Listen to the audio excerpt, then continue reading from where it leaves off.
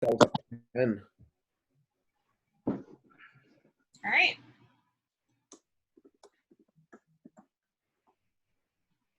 All righty. Well, I'm going to go ahead and get started. It's already 47:44, so we're significantly running late. Thanks, guys, for your patience. Hopefully this recording and this little live session will help answer some of the questions of where we're at here in Minnesota with regards to cannabis and hemp. My name is Jo Madrid. I'm the principal and owner at High Life Consulting, and I'm in the call tonight from Minneapolis. I had invited 6 different folks to talk about different parts of our program, whether that be medical, the adult consumption, recreational, or hemp and hemp manufacturing products. So we'll talk about each of those things and answer a lot of the questions that we actually had submitted by you all. So first, I'd like to introduce everyone. So as I go through, and please just say your name, the organization that you're representing tonight, and your title there, what you're doing briefly. And then also just tell me one personal thing, an unexpected thing that you've been doing at home to stay busy during our temporary lockdown here. So Maren, I'm going to start with you. Yeah, sure. So I'm the policy director for Sensible Change Minnesota. We work a lot in medical cannabis as well as consulting on adult use. And since I've been home, I have started learning how to paint. So I'm painting a llama right now. It's kind of fun. Cool. I like it. Acrylic or what kind of paint? Hey. Okay, Matt, there you are. Let's so go ahead, Matthew. About that. Hi, my name's Matthew Kaiser. I'm with the Minnesota Hemp Farmers and Manufacturers Association. My background originated in the horticultural background in cannabis, and transitioned more to sustainable agricultural and business development, which got me into the hemp industry. I really see hemp as the last industrial commodity that we'll see in our lifetime and possibly ever. And I want to help her pursue the agenda here of Minnesota being a top producer. So that's my role here. Awesome, welcome. Thanks. You're up next. Just give a brief intro, please. Who did you say? Say Michael or me? Michael. Michael Ford, you there?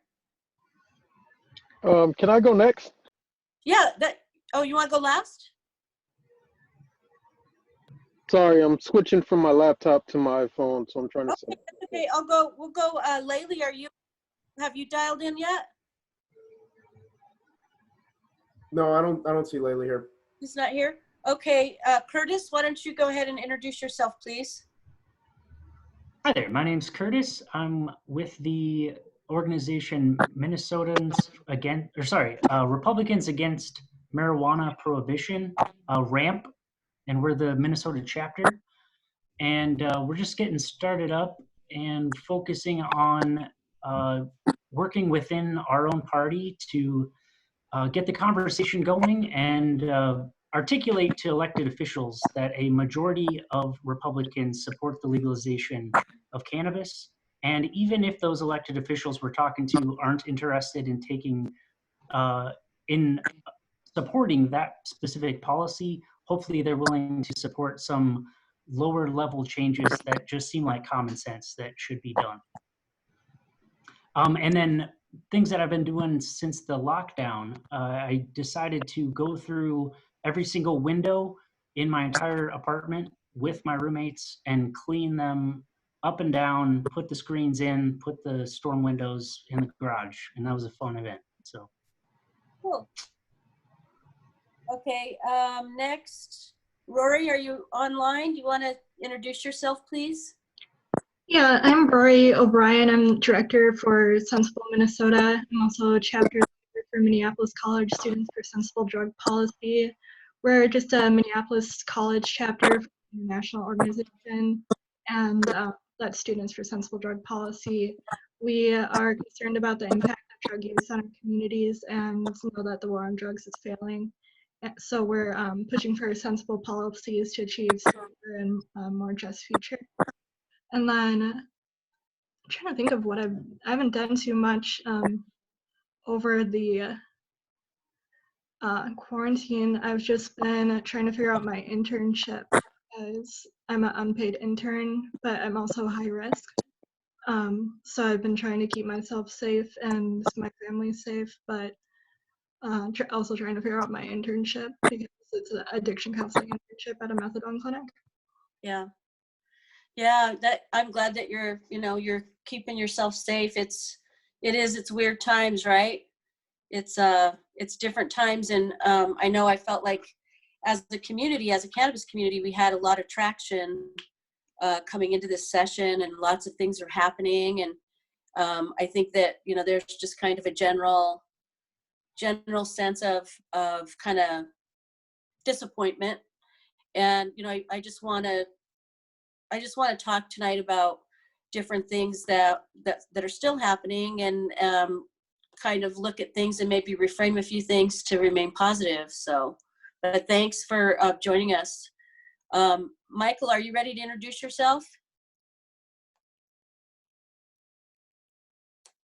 Sure. I'm Michael Ford with Minnesota Normal. We're the national organization for the reform of marijuana laws. We're a 501c4 lobbying organization. We're doing a lot of work in the community, basically with supporters all over the state, trying to get them active and get them more involved in the legalization efforts at a base level, and trying to educate them so they can learn how to get deeper involved with ending prohibition in Minnesota. Something exciting I've learned, well, I'm learning how to use Zoom conference. So I guess that's an accomplishment, but it's a work in progress. What's that? You saved our ass tonight. Thank you, Mike. Yeah, well, not really, but an attempt. Yeah, no, for sure. I mean, it is what it is. We're all doing our best, right? It's a pandemic. Right. But we have to gotta do what we can here. Right. We'll get it figured out. Yeah, but thank you. Yeah. And then again, my name is Joe Madrid. I'm with High Life Consulting. It's just a cannabis and hemp consulting business. I have been here in Minnesota. I'm a resident now in Minnesota, a proud resident of Minnesota now, probably forever since I have grandkids here.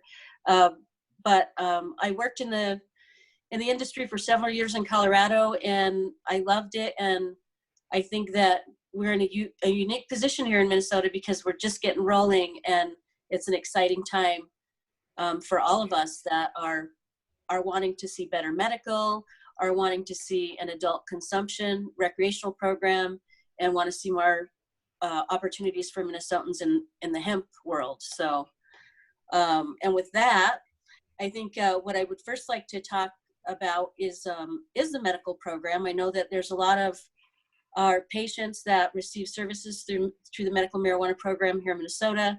There have been a lot of questions online posted from folks that are wondering, what's happening right now? How does it affect them?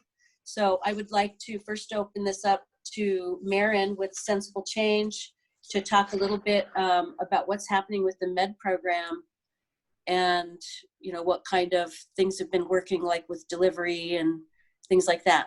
Marin? Sure. So with COVID-19, obviously our entire legislative agenda kind of went poof, and it turned into emergency access issues, and trying to make sure that patients can access the program during this time, right? There is definitely a huge concern about high-risk people having to, get on public transportation, go to the dispensary, meet with people, and pick up their meds.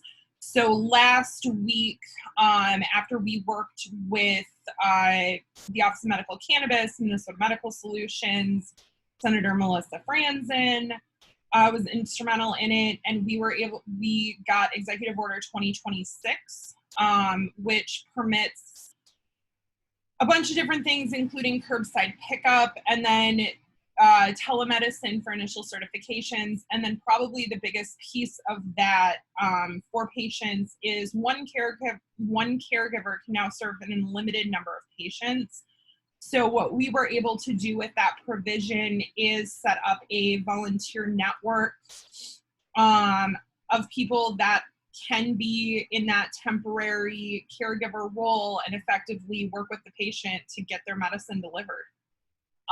So that's been the last week and a half, 2 weeks of what I've been working on. Okay. And so how do patients find out, how it's affected them? Can they call the number on your, go ahead and just shout out your webpage just so people know, where to look up, where to sign up for that care, and how they can ask any more questions Sure. about their particular situation? Sure. We haven't gotten it on our website yet, actually, because it's so new and things are moving so fast. There is a Google form on the Sensible Minnesota Facebook page, as well as in the Sensible Minnesota patient group.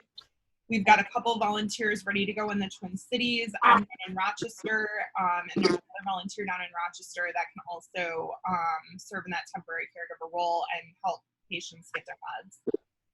Okay, great.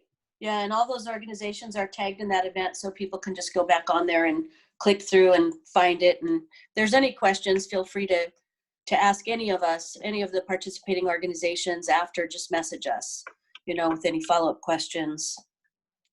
But thank you for that. So sticking on and talking about medical for a minute, I want to talk about the status of the legislation. We were getting some good traction, and then things kind of came to a little bit of a halt. So where are we? What I know that there were some bills out there. There was talk of, hey, we're gonna get flour.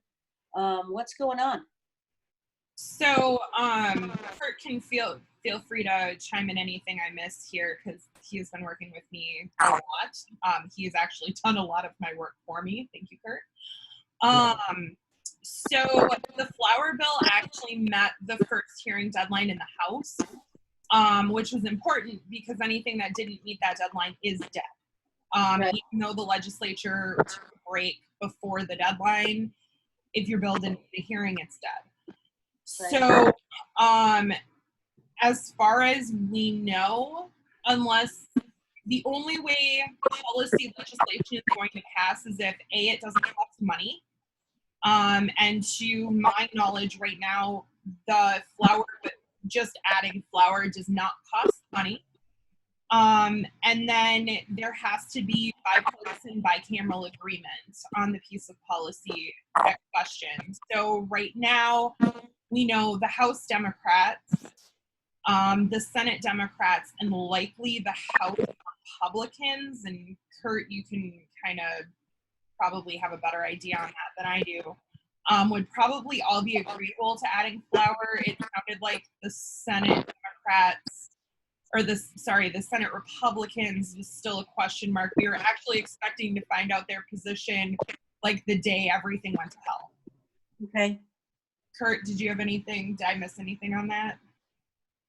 Yeah, I think it's important to mention real quickly the fact that we did get this passed in the House last session, so in 2019, and that was due to the fact that Representative Hamilton offered an amendment to the Omnibus Health Policy Bill, or the Finance Bill, sorry, and got that added, and there was very little disagreement about the fact that it should be added.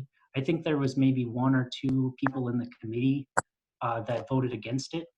And that same exact situation and outcome happened this year, where I think that there was only one no vote in the committee that it was heard in. So there does seem to be a large bipartisan amount of support for adding flour to the medical cannabis program. I know that Senator Jensen and Senator Curran are supportive on the Senate side. Not quite sure how many others there are Republican-wise, but there's definitely a lot of support by the Senate Democrats. I do want to just quickly mention a concern that I have about the House DFL in the fact that they're trying to limit the addition to flower to only people that are above the age of 21. And that seems like something that's not very fair to me, especially if you think about the idea that someone could go to war when they're 18, have some sort of injury, be honorably discharged, come back to Minnesota, and not be able to go buy flower from the dispensary, but instead they have to buy pills or lotions or So, cartridges or something like that. so Kurt, would you want legislation that would support an 18 and over, or would you go? No. Would you be in support of something that was a younger age limit or no age limit for flower? Yeah, no age limit for the medical use of cannabis in the raw cannabis form or flower form is the position that we take. Okay, interesting. Okay, so and this is a really good segue, I think, just to talk a little bit about the work that you're doing around legislation to deschedule cannabis. And I think that people oftentimes hear, oh, it's Schedule 1, but they may not understand what that means and how that definition ripples really and affects everything to do with prohibition and legality at the state level as well as the federal level. So would you talk a little bit about that legislation and what the status is right now with that on descheduling cannabis? Yeah, I'd love to. So currently marijuana is in Schedule 1 in Minnesota. It's been there since 1971. At the federal level, it's also Schedule 1, and it's been there since 1970. And I have a bill right now that I worked on with Senator Dibble last year. I kind of reformulated a little bit for this year, and Senator Jensen is now the chief author on the Senate side, who's a Republican, who's also a family doctor. And on the House side, I have Representative Munson, who's one of the most conservative representatives in our entire state. And this bill is also co-authored by Senator Dibble, a very liberal legislator in the Senate, and Representative Aisha Gomez on the House side, who's a very liberal representative as well. So this kind of spans the political spectrum as far as the support for it. Yeah, I love but full support across the aisle, and I think that's awesome. I think that's interesting about cannabis is that it can be a place where both sides of the aisle can see eye to eye on especially some of the things that are just so common sense, and adding flower certainly to our medical program is common sense as far as I'm concerned. So it seems that way, yeah. And real quickly, I should just mention that the bill that I have, it takes marijuana out of Schedule 1 and puts it in Schedule 2 in Minnesota, but it also legislatively directs the commissioner of the Department of Health to petition to the DEA for an exemption from Schedule 1 for the medical use of cannabis that's authorized under state law. And the main reason for that is because federal Schedule 1, state Schedule 1, a condition of the placement is that it must have no currently accepted medical use in the United States. Obviously, Minnesota is in the United States, and we have said that cannabis is a medicine in 2014, so it really can't be there anymore. So it's common sense to take that out. yeah.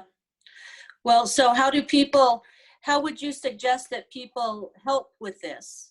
I think that a lot of what we can do, especially while we're sitting around, and I also want to talk to Michael about this, and Mary, as well as Laylee, if she's on board, and also, everyone really. I think that we all have policy asks and calls to action that, as a community that wants to see expansion of medical access and product quality, they want to see an adult recreational program want to see good opportunities. So how do they do that? How do they find out what's going on? Does it help to email their representatives? Is it too late because of what's happened now that everything's on lockdown? Is it kind of like too late this session? Yeah, I would say that it's not too late. Things are definitely up in the air. We're not exactly sure how things are going to fall, but it never hurts to contact your representative and say, if you're going to do anything this year that's policy related, that's not about COVID, I'd like you to do this, or I'd like you to do that. And I think these are two very bipartisan, very supported measures that could at least move the ball a little bit down the field towards legalization, which is what all of us on the call here want. But getting something instead of nothing would be a big victory, I think, given the circumstances. Yeah, for sure. Is Laylee on the line yet? No, we don't have Lily. I'm gonna take a gander that guess that she's not gonna make it back on. Okay. So Michael, I have a couple questions for you. You've been involved. I'm a newbie to Minnesota and to the whole legalization effort. I was part of it in Colorado, and I came here, and this Minnesota's not Colorado. It's a lot different, and I've been following you and following you at 420 since April 1st. Like I'll tune in and see like who showed up today. So I want to talk to you and talk about your take on what we can do as a community and how we can move forward and get prohibition ended here. And also talk about record expungement and making sure that people who have been harmed because of prohibition get good social justice access to licensure once it is legal.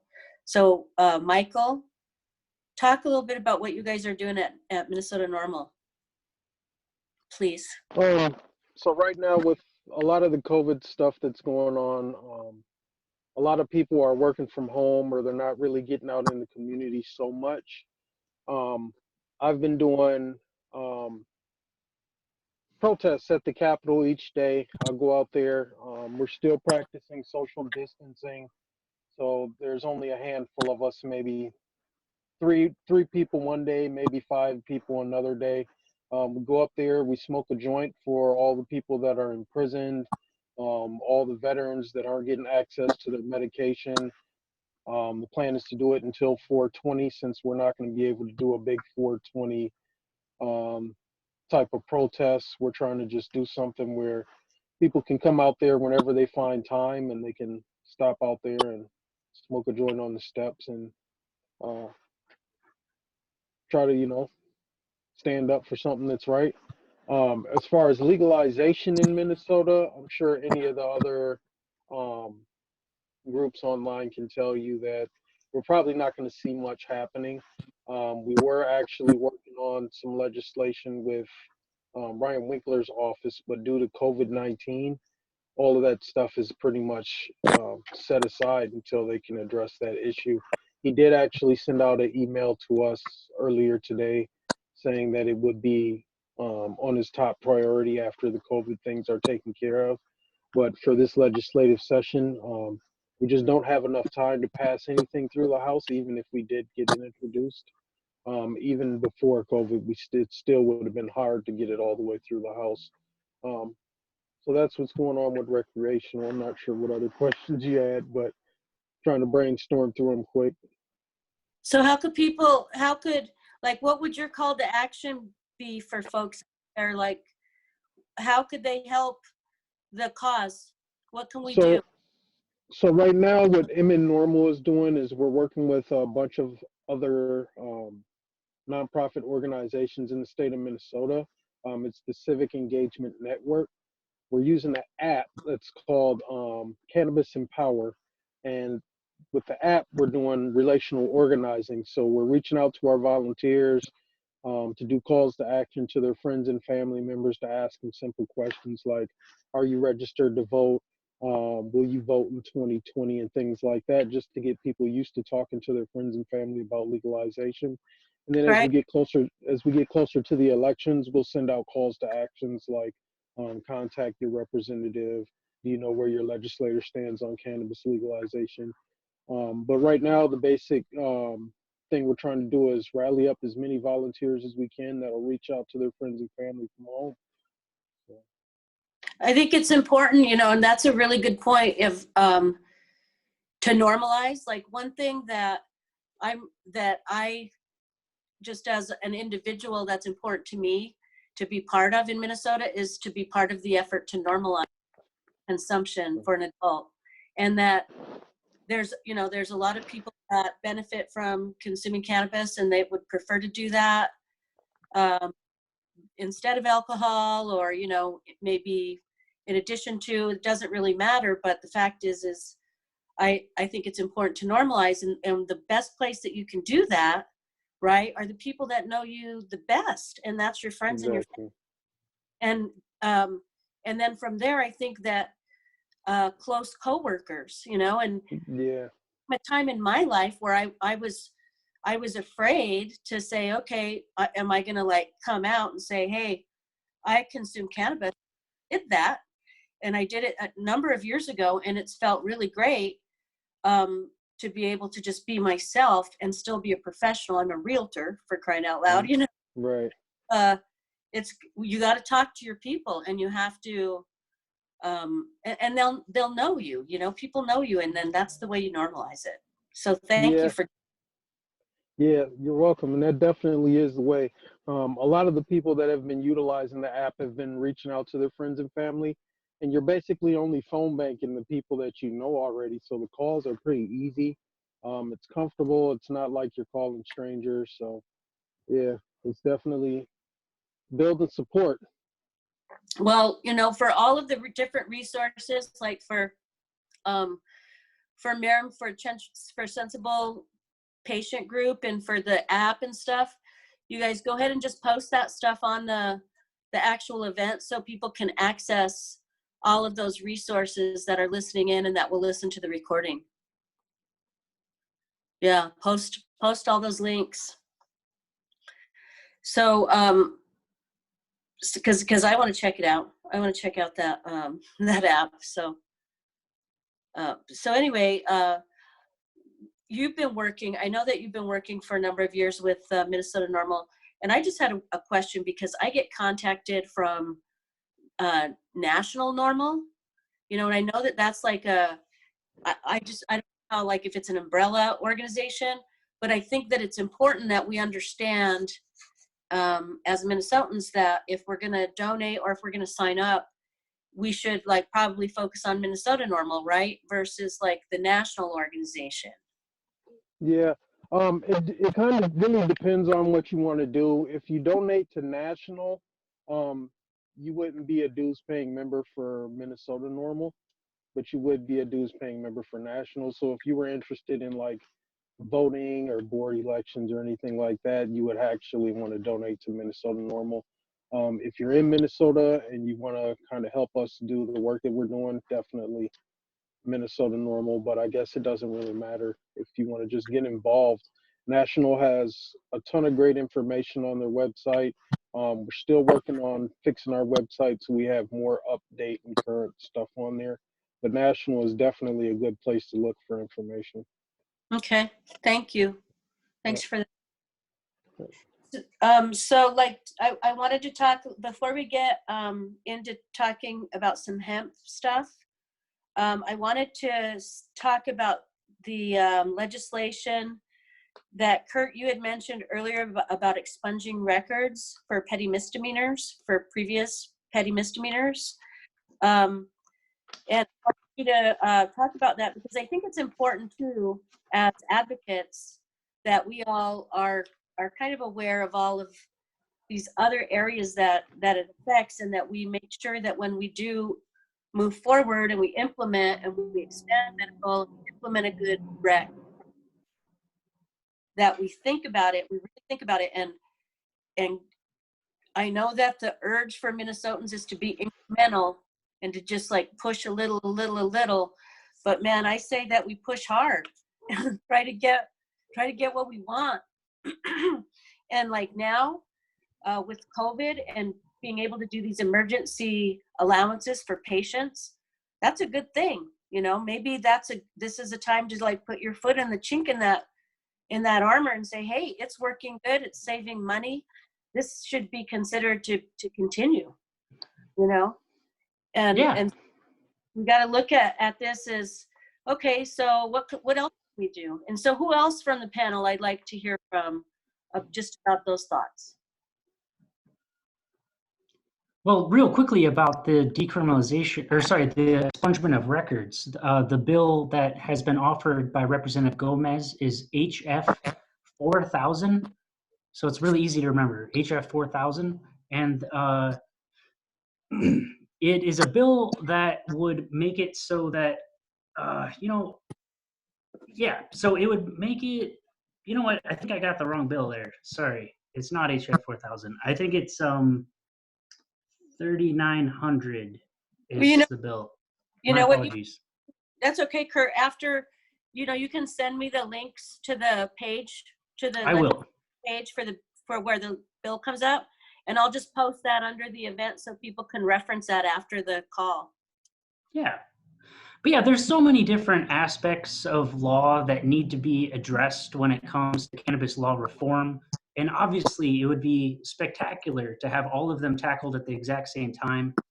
But the reality is that we have the Senate Republican caucus that isn't so interested in doing full legalization.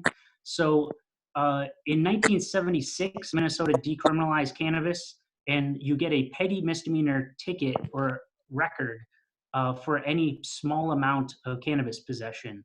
And this bill would just simply make it so after a year expires from the time that you're convicted, that it would automatically be expunged from your record. And so it's something that I'm getting support for from some of the people that you would never think would even think about supporting anything cannabis related. And it's really encouraging to see that people that once at one time were in support of nothing at all are in support of doing something like this, which really could affect 200,000 records over the course of the last 30 or 40 years that we've had decriminalization in Minnesota. Wow, that's a lot.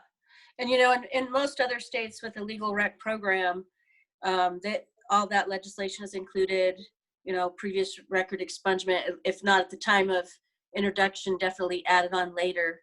And I think that, especially for folks that want to work in the industry, it's especially important that that those records aren't counted against them when they want to seek gainful employment in the industry.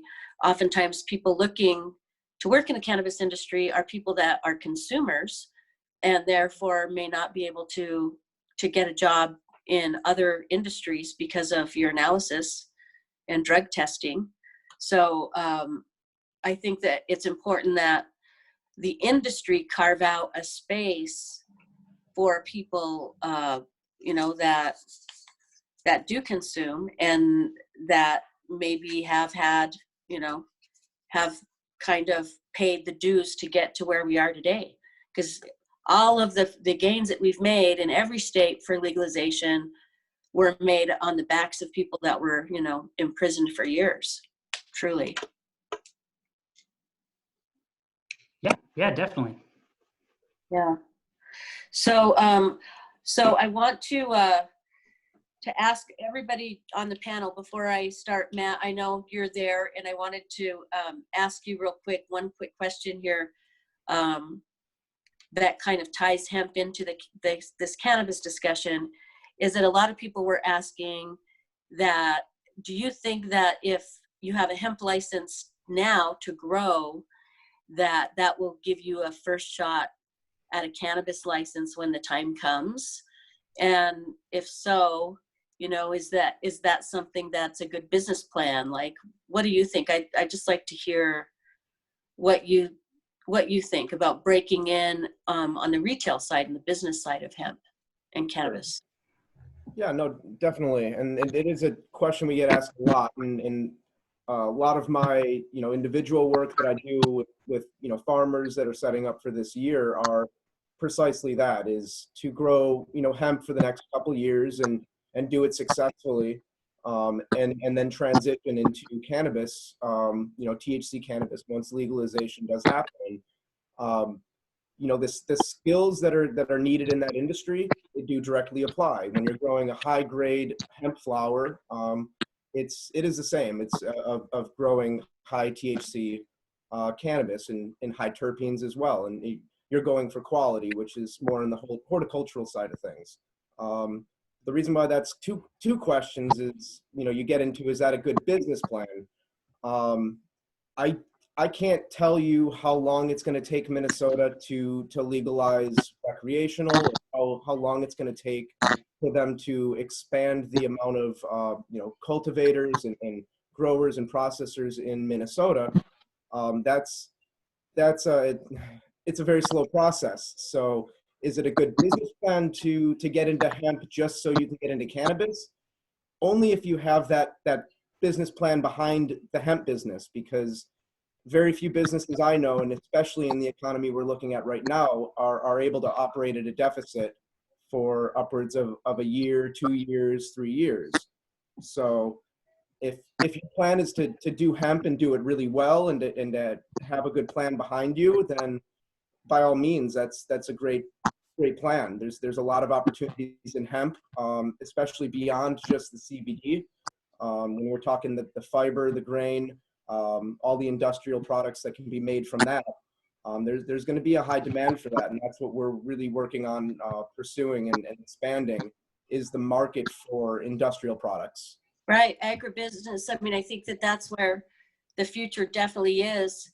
And I want to get more into hemp-specific questions, but before we go there, I want to just stop and do a check-in with everyone in the group, and just kind of saying goodbye to the rec question. And again, people can continue to post questions, and we'll all jump and answer those over the next few days. But with regard to adult recreational consumption program here in Minnesota, I'd just like to ask each of you, so we could kind of end on a positive note, what's the one thing on your wish list that you would like to see as part of our rec program in Minnesota? If you could wave a magic wand, what would it be? So Matt, you go ahead and go first, since you're up. Right now, I would say that would be, home grow licenses, really opening it up to the craft industry, and focusing on sustainable businesses, sustainable growing and regenerative growing practices.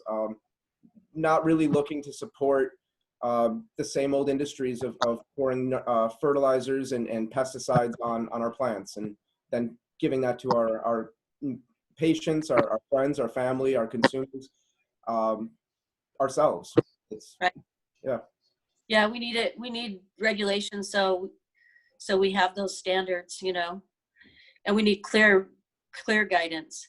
So Rory, I wanted to talk with you and ask you about that, but then I also want to ask you, as working with students, how you think that they can best help, and what you would like, the message that you would like to get out to your followers. Yeah, so I'm at Minneapolis College. We're a really diverse community there, both in just race and age. Since we're a community college, there's a lot of older students as well. Something that I really want to see in a legalization bill is something that takes into account like the continued racism, sexism, and privilege that's in the current cannabis industry. So giving opportunities to people who have already been affected by the war on drugs, and community reinvestment as well, which looks kind of good on paper in a bill until you kind of have it planned out in a business plan. So I think it really needs to be implemented. And just kind of acknowledging the institutional injustices that there already are for people of color and poorer communities too. Just that they don't have those education, career, and financial opportunities that other people have that may be ready to get into the business right now. And we're going to need to reinvest in those communities, even if they don't want to get into the cannabis industry, but if they do, to have funds set aside to help them get into the industry too, which goes along with Kurt's thing about expungements. I think that's also a really crucial piece, and just some of those other decarceration elements that come along with the people who have been most affected by the war on drugs. Okay. Yeah, I think that is important. So if you had to look at other states and how they've rolled out their programs, considering the social justice issues and considering fairness and maybe, the term reparations, I think a lot of people kind of have mixed feelings on that term, but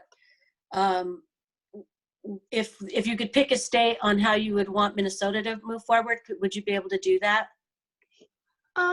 Yeah, there's a federal bill, the CARE Act, that had some really great equity pieces in it as well. And then Illinois, the way that they did their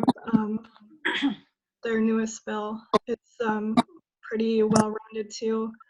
Illinois has been doing some, or last year at least, we're doing some pretty progressive drug policy where they rolled out the full legalization bill, and then also I think kind of hidden under that another bill that completely legalized paraphernalia too, and some other things setting it up for like safe injection sites in the future.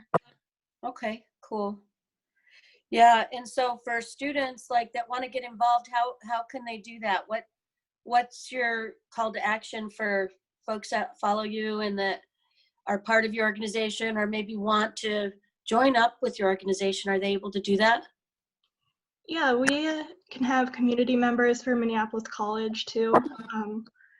And then if you are a college student, you can start your own chapter for Students for Sensible Drug Policy. It's sstp.org, that's the international organization, but if they need any help or want more information, they can contact me as well.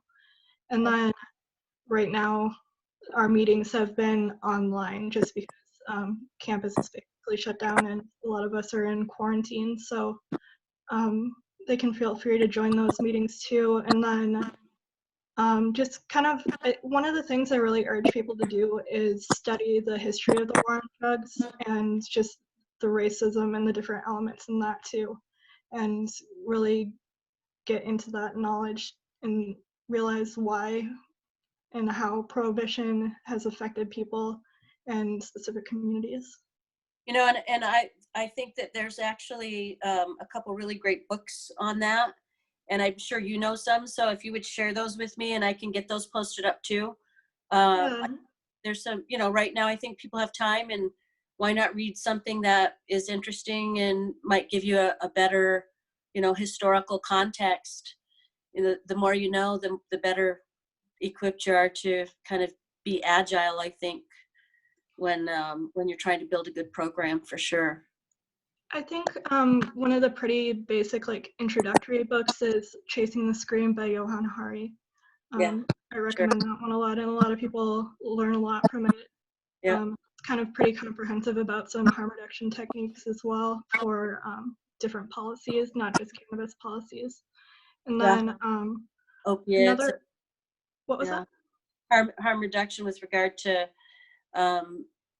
drug, issues with opiates and other things, and how cannabis is the safer of the option. I know I have lots of social work friends that are working more and more in harm reduction models. So, but I'm going to switch gears now. I wanted to ask Marin.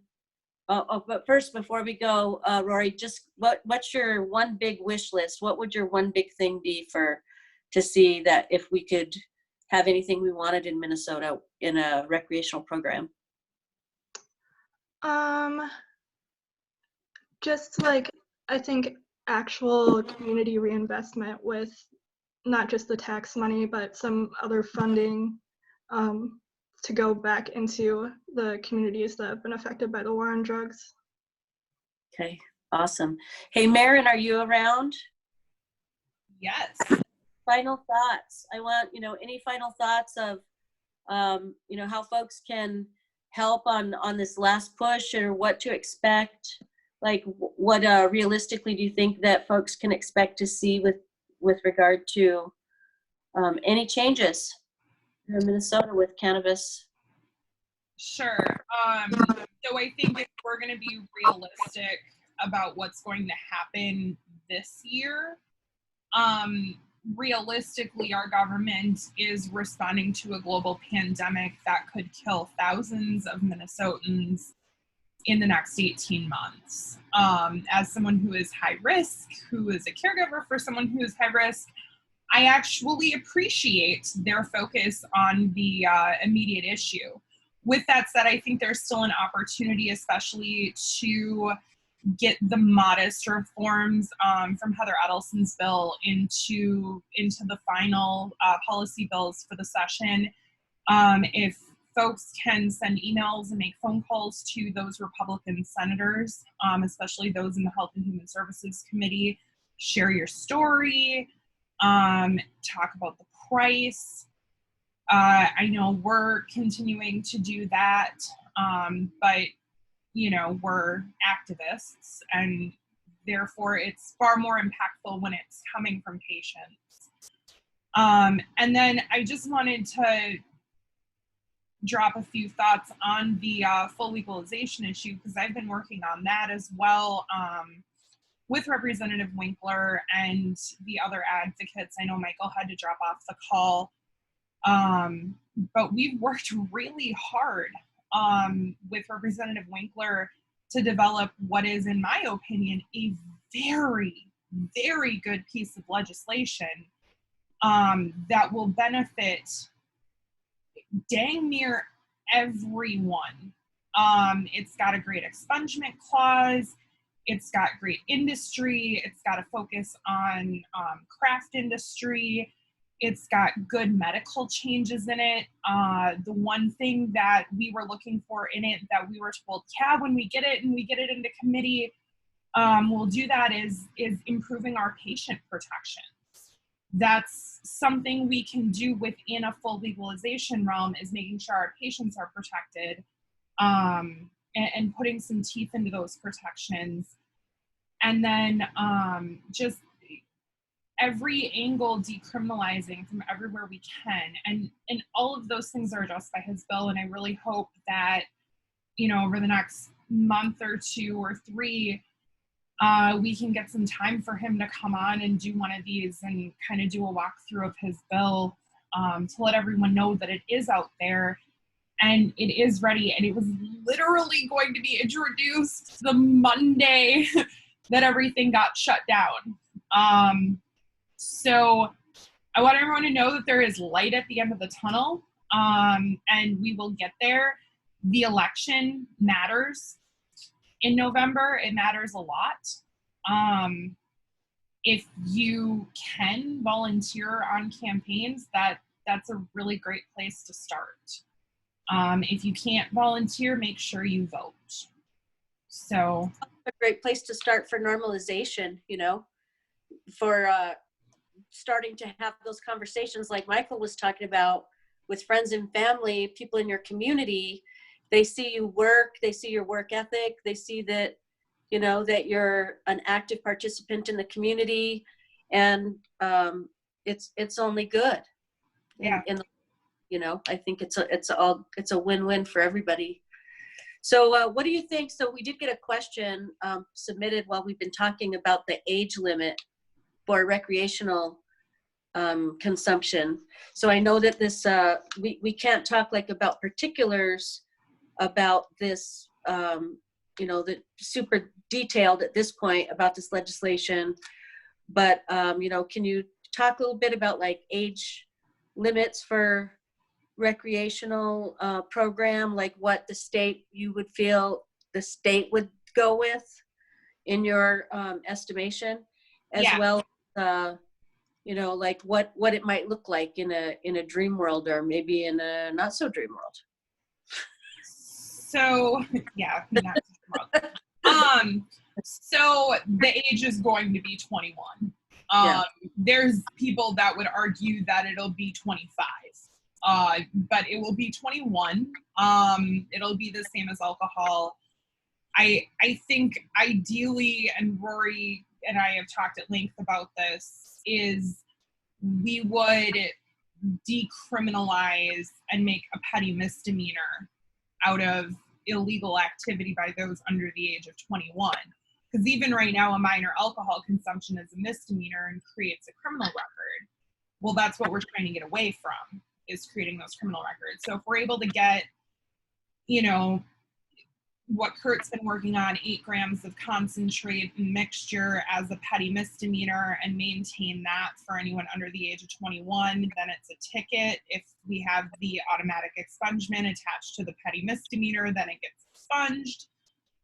So I think all of the pieces that are moving right now are helpful to those young folks under 21 who like to smoke pot. I liked to smoke pot when I was 16, and I'm damn lucky I didn't get caught. So let's try to keep it off their records if at all possible. Okay. I'd like to just say, you know, thank you for bringing up the concentrate thing too. I think that's a pretty big disparity that we have here in Minnesota. You know, in the medical program, we don't have flowers, but we do have concentrates, but yet it's still a felony under the law for anybody else. It's, yeah, that's good that Right. it's being addressed. Right. So, and Matt, I want to, you know, I think that this is like a good segue too into talking about, there was another question posted about home grows and how people want to About make what? that home grow as part of the legislation, you know, the ability to cultivate your own medicine, your own plants under a rec program. So I think that it's kind of a natural extension of the hemp program and regulations around that. So what do you think? I mean, do you think that that's possible? Do you think that I do. I think it's great. I think that people should be able to have their own plants, and maybe Marion, you can also speak to this on, you know, if it's something that Minnesotans can hopefully look forward to. Yeah, I think it's a wonderful thing. I think people should be, not just patients, but anybody that wants to be able to grow a plant should be allowed to do so, and reap the rewards from that. Personally, we looked. I found this through my research of hemp legislation, though. But there is Maine legislation allows for not just 3 plants of cannabis per resident, but 3 plants of hemp as well without a license. And I think that's a unique thing that I haven't seen in another state yet, is the ability to recognize the medicinal value of both THC cannabis and CBD cannabis. And now we have all these other types of cannabinoids coming to market, CBG, CBN, CBC. You know, it's more than just what we term, you know, cannabis. There's more than just cannabis. And even in the hemp world, it's a world divided between the CBD or the cannabinoid hemp and the industrial hemp. And Right. It's interesting, and that's like that's what I like talking about the most, are just the medicinal uses and the different terpenes and the cannabinoids, and the, you know, when is the best time to harvest a plant to get the most, you know, CBG, and why does it cost so much? And I think that people kind of need to have that higher level understanding of the industry. And, you know, yeah, all of these concentrated cannabinoids that have very specialized medicinal use are available in legal states, right? At least tested, and you know what you're getting, but they're expensive. You know, they cost a lot because you're basically kind of trading you know, a full grown plant, whatever that's worth, for stopping it in, you know, beforehand, Yeah. before you harvest. And I think that's the reality of what a more mature market is going to look like is, you know, allowing home growing rights to those that want to grow a small personal amount of cannabis, whether it's hemp or CBD or THC or whatever it may be, and recognize that, you know, a couple plants is going to supply you with a good amount to last you.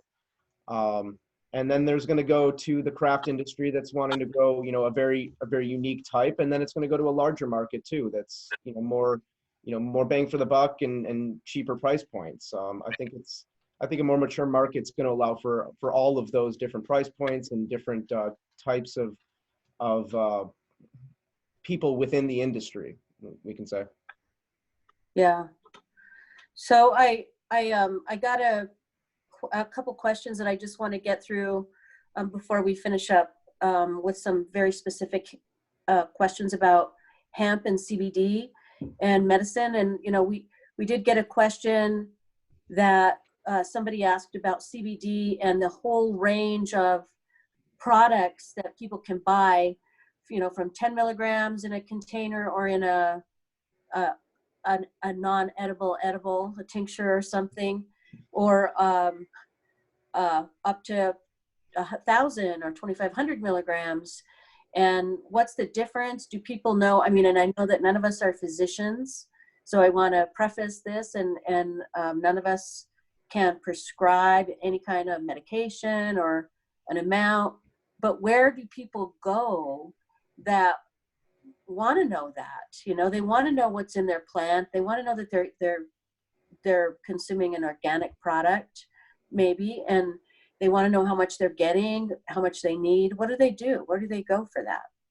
Well, that question, where do you go for that information, is that's a really good question, a really complicated question, because you can search the internet and get a lot of different answers for different questions. I think the unique thing about cannabis and about plant medicine in general is about how it works on the human body on an individual level. So when you're talking about how any plant can help you at an individual level, it's going to only be advice for you. It's not necessarily going to affect everybody at a larger population. And you talk about, you know, looking on the shelves and looking at the reality of what we're looking at. You know, there is a wide range of products, you know, full spectrum, broad spectrum, isolates, distillates. It can get complicated, and sometimes your only real source of information is the person behind the register that's giving you the stuff there, and it's, you know, not probably not a doctor. It's probably not somebody quite qualified to make any sort of comments on that. And it gets even more complicated because nobody can really make medical claims yet about CBD or you know, cannabinoid products like that. Right. So what we can do is, you know, what we do as an organization, as a nonprofit, is we look to science and we look to research. And when you speak to large numbers of populations, you want to look at metadata. And they do have studies out there that I'm looking at a total, they surveyed 1,038 different studies. And so that was a pretty broad range of different studies and different people within those studies. And they found that significant ranges between 1 and 50 milligrams per kilogram per dose. And I did the math on that, and that's Yeah, that's just like, you know, that's just people, you know, it's hard to even imagine that. You know, I yeah. think that it's worth mentioning, though, at the risk of sounding like I'm talking about Colorado too much, because I don't want to sound like that, but there are some friends that I was working with there that are nurses, and they started a nonprofit organization working under a physician where they're able to answer questions for people that are in legal states on what type of product and what dose they should get.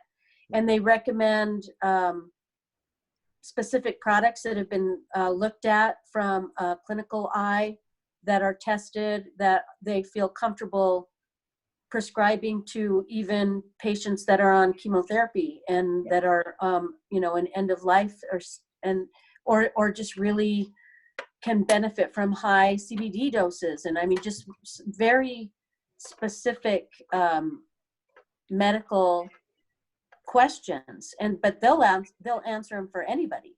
So Yeah. I think the great thing is that there are going to be hopefully resources like that where people will be able to get that information from a qualified professional, that as long as they're okay to share some basic health information, so the nurse knows who they're dealing with, you know. I think that goes to the whole cannabis market in general. You know, medical too is proper standardization and oversight and regulation across the board of, you know, what is this product? You know, what is a standard of you know, the hemp flowers of terpene development, of testing and extraction. We don't yet have that. So you know, when we talk about CBD, one of the things our organization's doing is we are doing random testing off the shelf and testing for, you know, the various you know, contents, whether it's heavy metals, pesticides, or molds, mildews, along with the THC and CBD contents, because there is a wide variety, and we are trying to form at least a local standard here, so that way, you know, we know what the good brands that are on the shelves here. Yeah. Yeah, for sure. Well, we've been on for about an hour now, guys. So I just want to thank everybody for joining us, and again, apologize for all of the difficulties that we had getting logged in. We'll be posting different links of different resources that we spoke about tonight, about different apps, about different links to legislation, to all sorts of things, and also answer any outstanding questions. I know that, like, if, say for instance, Matt, somebody sent a question to you, maybe you could just answer that if we didn't get to it on today's forum. Yeah, definitely. We have our websites coming online, and we also have our Facebook and Instagram. We can post links in there. Yeah, and I'm sure you can, you know, if you like the group, you guys then can you can message any of us with questions. And also, I'd be interested in just hearing if you want to hear more of this and have, you know, more kind of, there's just so much to talk about, you know, you can get off on these different tangents, and there's really so much we can talk about. But I think that the big takeaway, at least for me, is we have time right now. Send an email, you know, check out some legislation, and you know, do your part to move it forward in Minnesota in a responsible way that will work and that will be sustainable for our state. Yeah. Any last words, guys? There was a question, and I'm going to answer it as my last word. It was what are the good harm reduction tips for cannabis use during COVID-19? My ending words are be safe, wash your hands, and puff, puff, do not pass. Yes. Puff, puff, do not pass. And you're welcome, guys. We're getting some thank yous in. So you're welcome. And again, thank you for your patience. And again, our apologies for the meeting, for Zoom not playing well with Facebook, but you know, it is what it is. We were all, if you've been here this long, you know, you probably tell we were all pretty high anyway when this meeting started. So that could have been, it could have been some user error. I won't go there though, Marin. Oh, no. I was sober. I've been sober all day, but I had a 16-hour migraine. So, like, I've had lots of those drugs today. And it's just like being stoned. Yeah. No, it was fun. It was fun, guys. Let's do it again. And again, you guys just comment and let us know if there's anything in particular. You know, we could take like 35 minutes. And I mean, I could definitely like just talk about the med program and just talk about like terpenes and, you know, so just let us know. And thanks everyone. Peace out. Thanks. Thank you. Thank you.